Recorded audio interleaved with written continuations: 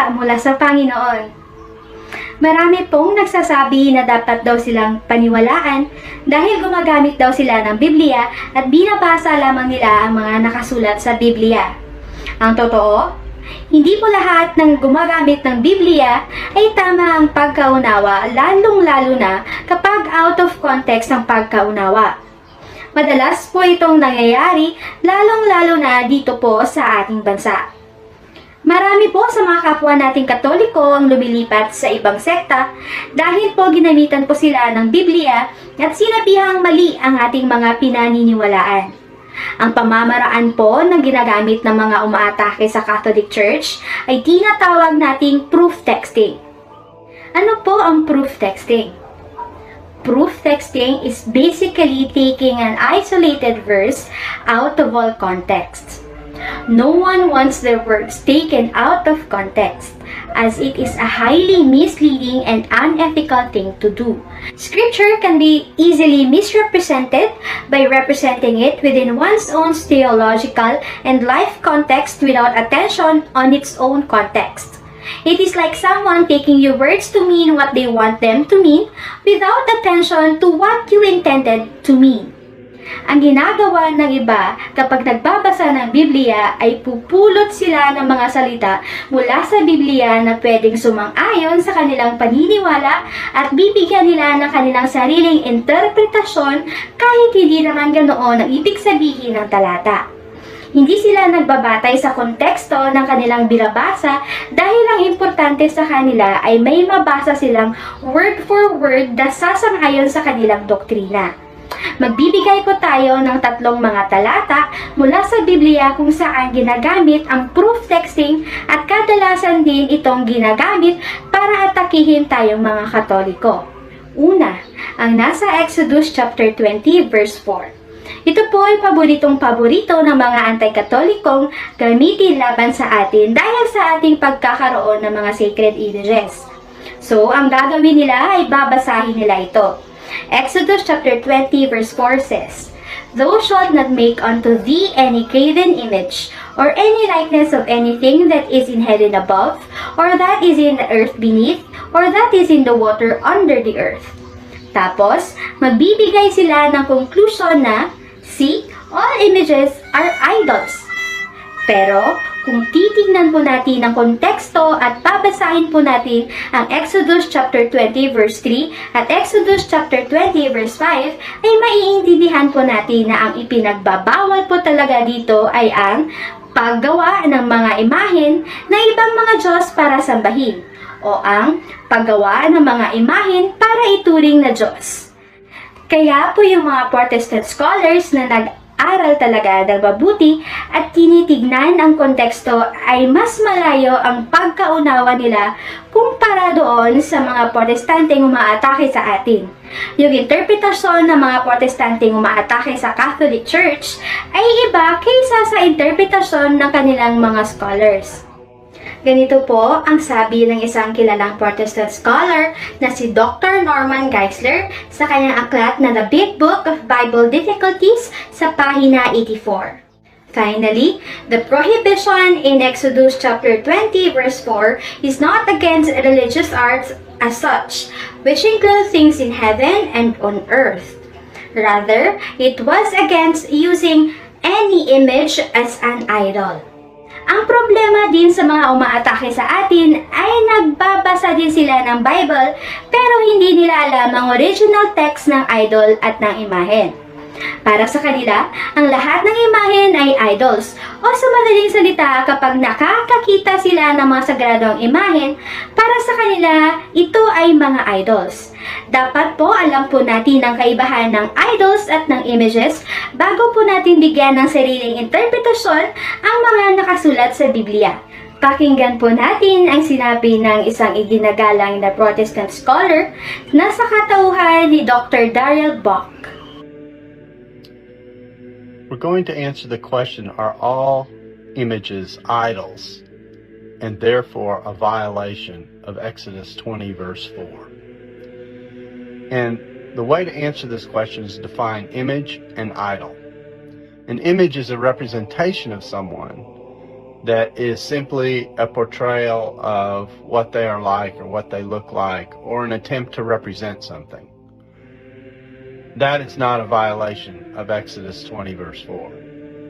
An idol is something crafted or painted or represented, which then is seen to be worshipped, and that has the belief attached to it that there is power associated with its presence.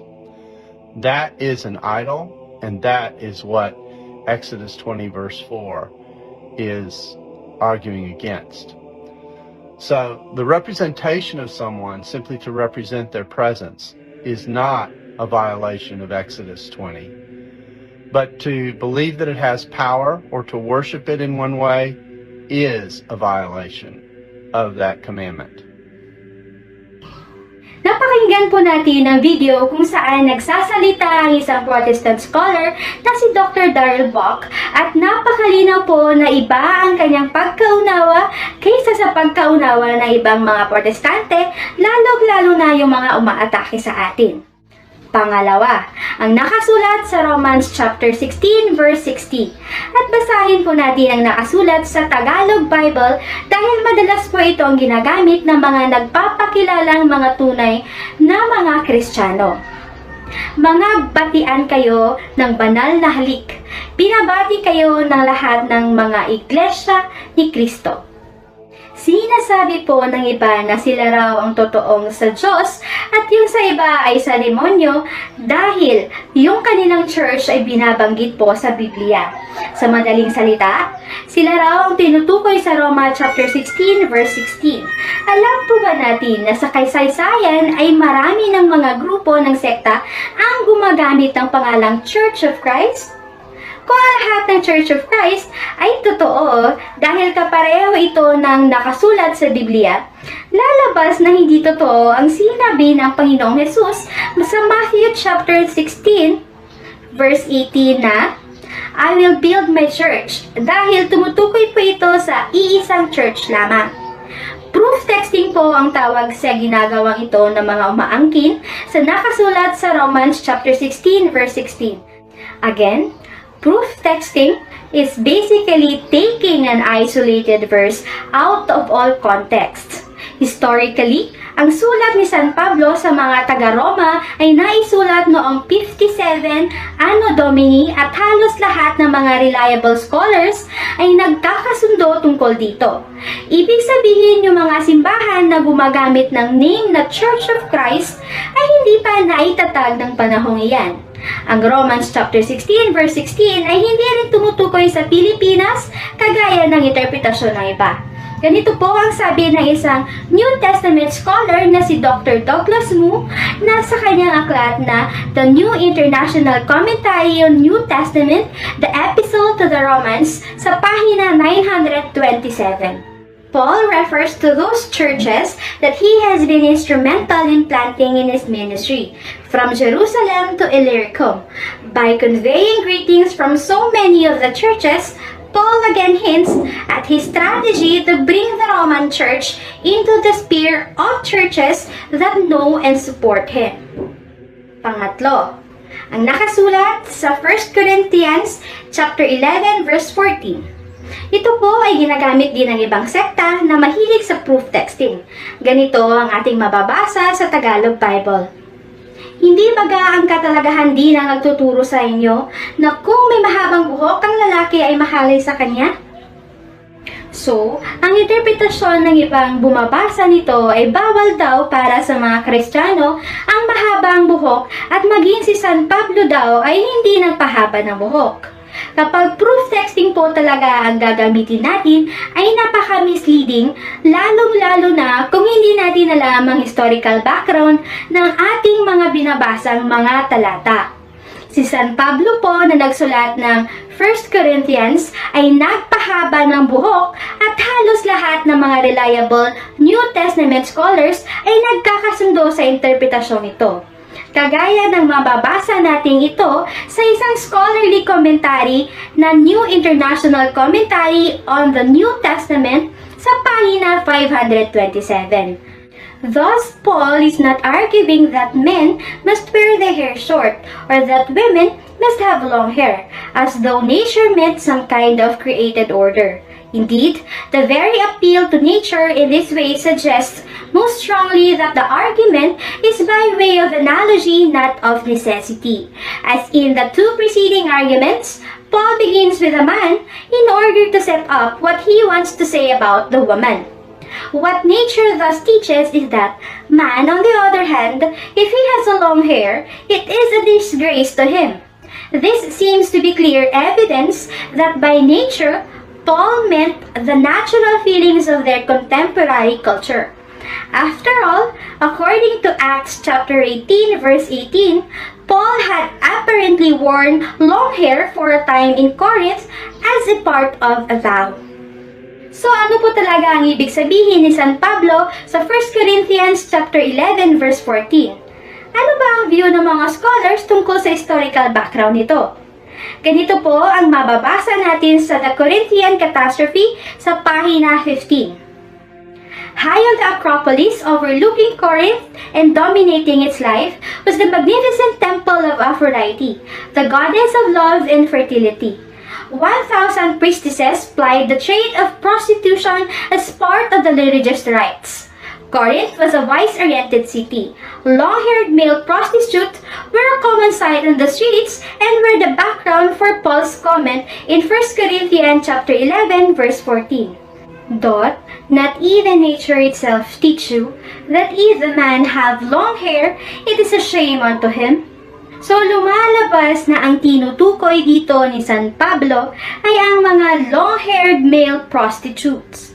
Sa pag-aaral po ng Biblia, hindi po sapat na memorize lang natin ang mga talatang binabasa natin, dapat po alam din natin ang context nito at ang historical background nito dahil kapag hindi po natin in-apply ito sa ating pagbabasa at pag-aaral ng Biblia, ay siguradong bibigyan po natin ng ating sariling interpretasyon ang mga nakasulat sa Biblia at kung ano ang view nating mga Filipino ay i-apply natin sa ating nababasang mga talata sa Biblia. Marahil, sasabihin ng mga anti-katoliko na yung mga scholars ng Biblia, katulad ng mga scholars na ating nabanggit sa video ito, ay nagkamali at labag sa Biblia ang kanilang sinasabi. Para po sa impormasyon ng mga anti-katoliko na naninindigan sa ganitong klaseng argumento, una, ang Biblia po ay nakasulat originally sa Hebrew, Aramaic at Greek. Ang mga Bible scholars ay nakakabasa at nakakaunawa ng mga lingwaheng ito. Huwag naman po sana nating ipagyabang ang ating konting kaalaman kung ang binabasa lamang natin ay Tagalog at English na Bible. Pangalawa, hindi po ibig sabihin dahil nakabasa ka lang ng Tagalog at English Bible ay alam mo na ang lahat at kaya mong interpretahin ito ng tama dahil hindi mo naman alam ang nasa original text. At hindi rin enough ang paggamit lang ng interlinear at lexicon. Magbibigay po tayo ng isang simpleng halimbawa. May mga taong nagbabasa ng libro na may kinalaman sa medisina, pero hindi naman sila mga doktor. Ibig bang sabihin dahil nakabasa sila ng libro ng medisina ay mas marunong pa sila kaysa sa mga doctor of medicine? At pwede na rin silang magdoktor? Sana po ay magsilbing gabay ang video ito para sa lahat. Ito po ang inyong kapatid sa pananampalataya, Sis Ira ng Paatha.